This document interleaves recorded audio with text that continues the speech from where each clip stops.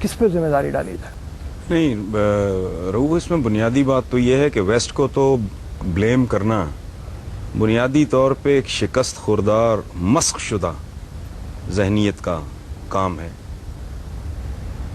میں کمزور ہوں، آپ طاقتور ہیں، تو مجھے اپنی کمزوری پہ کانسنٹریٹ کرنا چاہیے سو دیٹ یو کی ناٹ ابیوز مائی ویکنس. ایک بات. دوسری بات یہ ہے کہ ویسٹ، خاص طور پہ امریکہ کی آپ بات کر رہے ہیں، یہ تو ویسے جمعہ 8 دن کی بات. آپ کی تو ساری تاریخ ہی اس طرح ہے. آپ کی ساری تاریخ ایک دوسرے کی گردنیں کاٹنے پر مشتمل ہے. یہاں میں ایک بات کی وضاحت میں اکثر کرتا ہوں کہ بھائی جب تاریخ کو دیکھو تو بغیر تعصب کے دیکھو. آپ لوگ اگر تاریخ کو مس کریں گے، تاریخ کا کچھ نہیں بگڑے گا، وہ آپ کو مس کر دے گی. بغیر تعصب سے دیکھنے کا نتیجہ یہ ہے کہ آپ درست نتائج پہ پہنچیں گے اور پھر شاید آپ اس کو ریکٹیفائی کرنے کا بھی سوچ سکیں. اگر آپ اپنی کجی، اپنی کمزوری، اپنی غلطی، اپنے جرائم، اپنے گناہ، اپنی حرکتیں، اپنی پرفارمنس ہی نہیں ماننے کو تیار، اس کے علاج کی تو نوبت ہی نہیں آئے گی. آپ کی ٹوٹل ہسٹری، یہ ویسٹ کو گالی دینا، ویسٹ کو برا کہنا، وہ چھوڑیں، وہ تو ہمارے رائیولز ہیں. میرے اور آپ کے درمیان ایک مقابلہ چل رہا ہے جو صدیوں پر مشتمل ہے. تو you are most welcome to do anything you want. ہم کہتے ہیں وہ جی سازشیں کرتے ہیں، وہ آپ سے بہتر دماغ رکھتے ہیں تو سازشیں کرتے ہیں، آپ کر لیں. اور پھر جھوٹ ہے یہ بر صغیر کی تاریخ اٹھا کے دیکھ لیں. لارڈ کلائیو کے ساتھ 200-250 گورا تھا، باقی سارے ہم ہی لوگ تھے، ہمارے ہی بزرگ تھے. بکسر کی لڑائی میں شاہ عالم ثانی کا انہوں نے جو حشر کیا ہے، لڑنے والا کون تھا اس کے خلاف؟ بابر کو کس نے نکالا تھا فرغانہ سے؟ اس کے چچاؤں نے. یہاں کے اس نے کس کی گردن اتاری سب سے پہلے؟ ابراہیم لودھی کی. امیر تیمور نے کس کو مارا؟ یلدرم کو. پھر بنو امیہ، بنو عباس. یہ آپ کے ہاتھ سے اسپین گیا، اور پھر یہ اپروچ بھی غلط ہے. اسپین چلا گیا. اسپین آپ ابا آپ کی بری میں لے کے آئے تھے. آپ طاقتور تھے اس وقت، آپ ایکسپینڈ کر رہے تھے.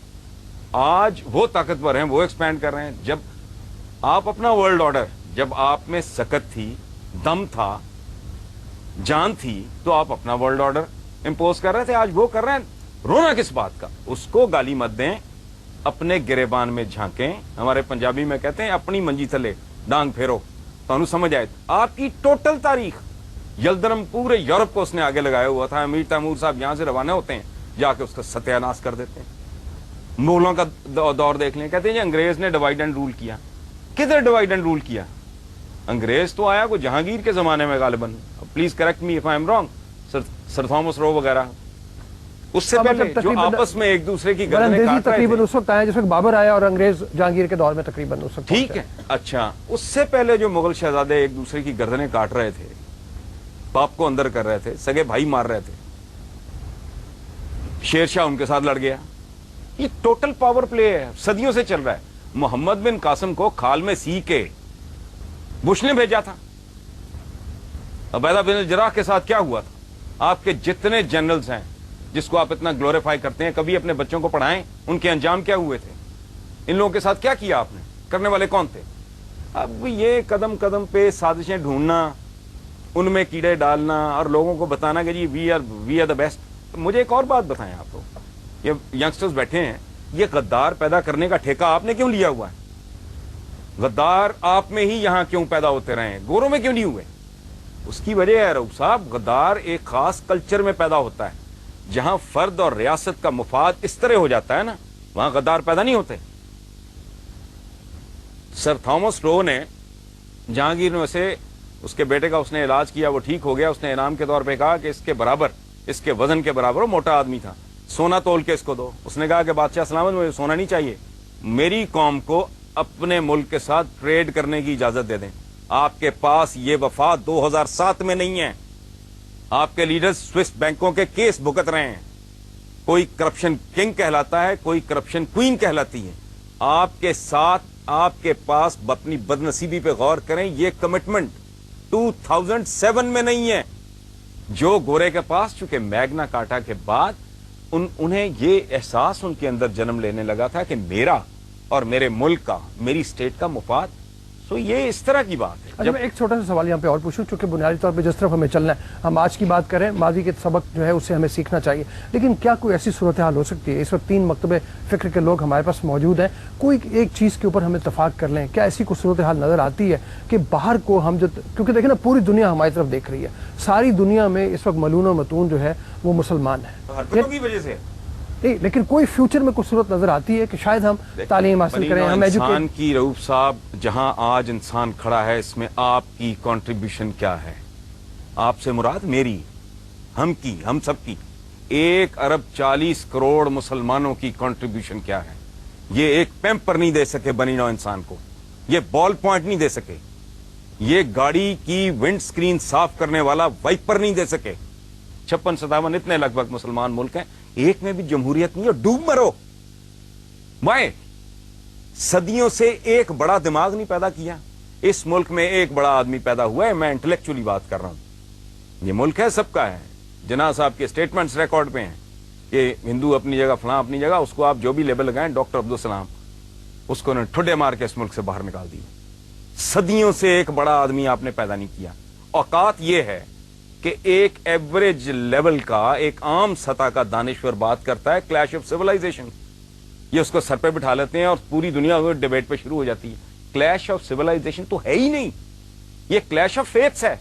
सिविलाइजेशन तो उनके पास है, आपके पास कौन सी सिविलाइजेशन है?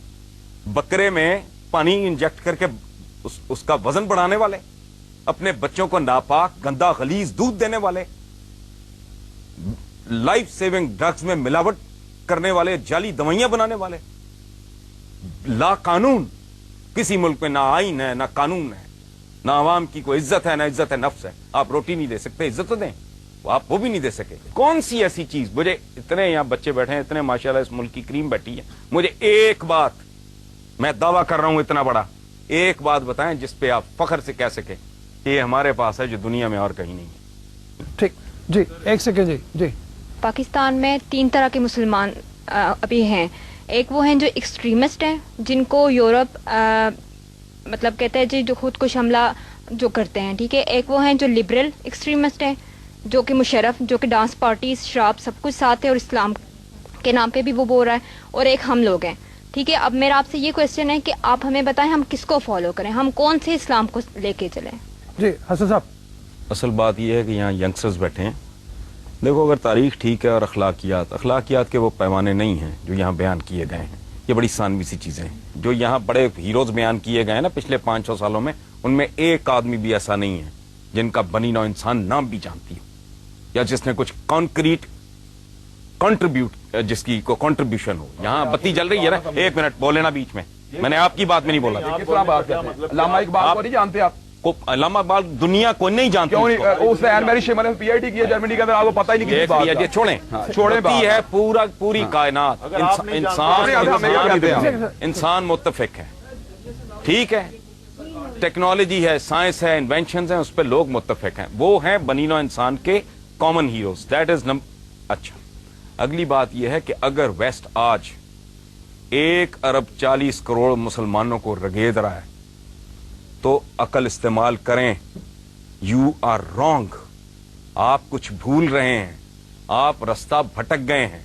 अगर आपकी तारीख भी ठीक है, आपका अखलाक भी ठीक है, आप 1.5 अरब भी हैं और जूते भी खा रहे हैं, तो there is something terribly wrong.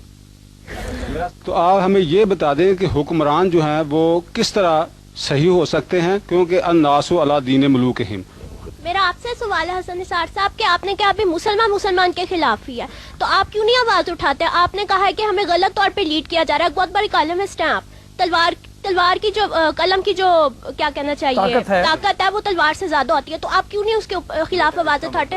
और मीडिया क्यों नहीं उठा रहा आवाज? आज का मीडिया तो बहुत स्ट्रांग है। ये मेरा ख्याल है यहाँ से आपको किसी ने बताया कि मैं कॉलम निगार हूँ, और बड़ा कॉलम निगार तो पता नहीं क्या हूँ या नहीं। मैं तो लिखता ही ये कुछ हूँ, इसका मतलब है आप पढ़ते नहीं हो। मैं तो पिछले 12-14 साल से इसको इबादत समझ के लिख रहा हूँ कि मुसलमानों को पास ग्लोरी, पिदरम सुल्तान बूद, खाता खत्म करके कुछ भी ना करो। ये जो है ना अपने आप को वी आर द बेस्ट, इसने मरवा दिया है अपनी कमजोरियों पे। जो ताकत है वो तो है ही। अगर आप में कोई अच्छाई है, हम में कोई अच्छाई है, उस पर तवज्जो देने की जरूरत नहीं, वो तो है। اصل بات یہ ہے کہ اپنی ہم کمزوریاں ڈھونڈیں, ان کو آئیڈینٹیفائی کریں, پھر اگلے مرحلے میں سوچیں کہ ان کو ریکٹیفائی کیسے کرنا ہے, تاکہ اتنی بڑی تعداد میں ہونے کے باوجود ہمیں اس ذلت اور رسوائی کا سامنا نہ ہو جو دنیا میں آج ہمارا مقدر بن چکی ہے. This is what I am writing.